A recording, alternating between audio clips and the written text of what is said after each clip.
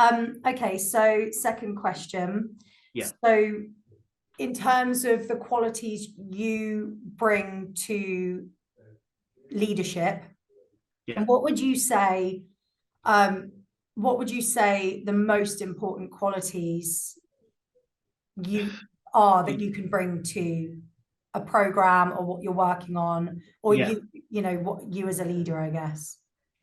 Most important thing for me is if you kind of envisage a golden thread through the whole program, which is what I always use that terminology because it's so Mm. important that the person or the people at the top are accountable, equally as accountable for the people that are working on the ground in the operational areas. But we all hold on to that same golden thread because we all have the same objective and scope of work to be accountable for. So back to your question in terms of skills and qualities do I take from that? There has to be an ability to listen to people. Mm-hmm. I think it's not about being a person is in a telling mode. It can't be in a one direction, a one-way valve kind of conversations going along or management style.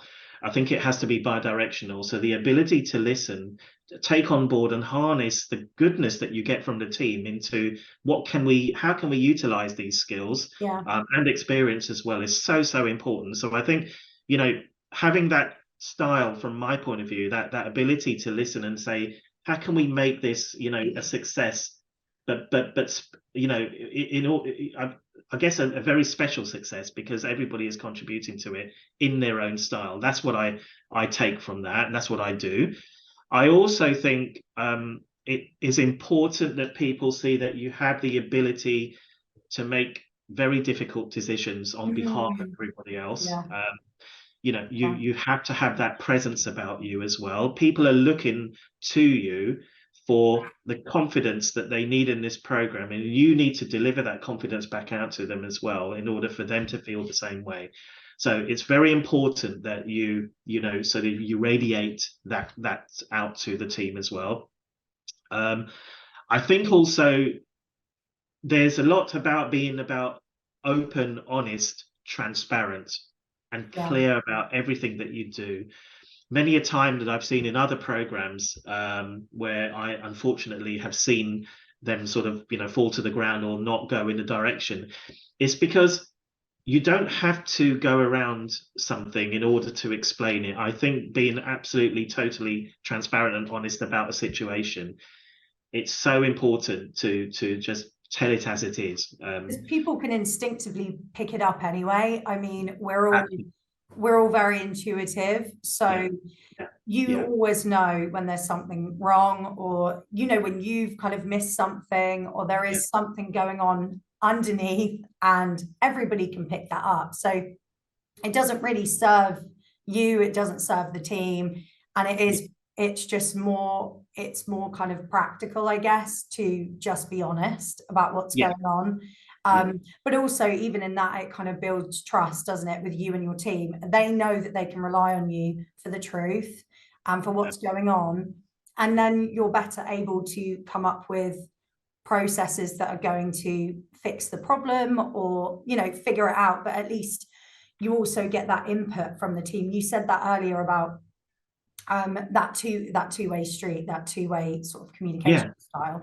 You yeah, can learn so much from other people's experiences, no matter what yeah, level they're at, and yeah, also even in the way you communicate with them. They might have had experience with a certain problem that you haven't before, even as a leader, that they yeah. can kind of bring that experience to the table. So yeah, it kind of makes sense that that would be a really important quality. It's very important to be respectful of the team Mhm. and that Yeah. they respect you as well. And to your point, a very valid point, and one I think you've heard me say a few times as well, is that anybody can build an effective relationship with somebody, and everybody can go to the person that knows what they have to do. That's absolutely fine. Yeah. There's nothing wrong with that. But I think building on that is building trust, and trust you cannot, that is probably the optimum point of actually having a relationship within people within the organization and in the program. That to me, it doesn't matter if you don't have an answer, but they know that they can pick the phone up and speak to you. They Yeah. trust you to Yeah. find that detail. So it's things like that that are so important to me. But I think having those qualities and demonstrate those qualities just builds the confidence with the team as well. But equally gives me the confidence that we have the right relationship building going. Yeah, I mean, I was thinking about trust just then in terms of, I was reading something the other day. It was an article I think I shared on my LinkedIn actually, and it was someone talking about when you've built trust within a relationship with your team, when you have to give criticism or direction, and you're having to do that either to an individual or a group, they are more responsive if they know that your heart's in the right place. You already have a really strong relationship. There's trust already established. So they don't, there's less of a defensive reaction, and people are more willing to listen, because even on the other side of things, because you already have established trust, which means that again, you haven't then got to deal, the problems aren't as big. It's just they can be dealt with a lot quicker because communication's a lot easier. And so even in that respect, I think trust is really precisely. Trust builds respect. And I think, and you're absolutely, you know, sort of hit the nail on the head there.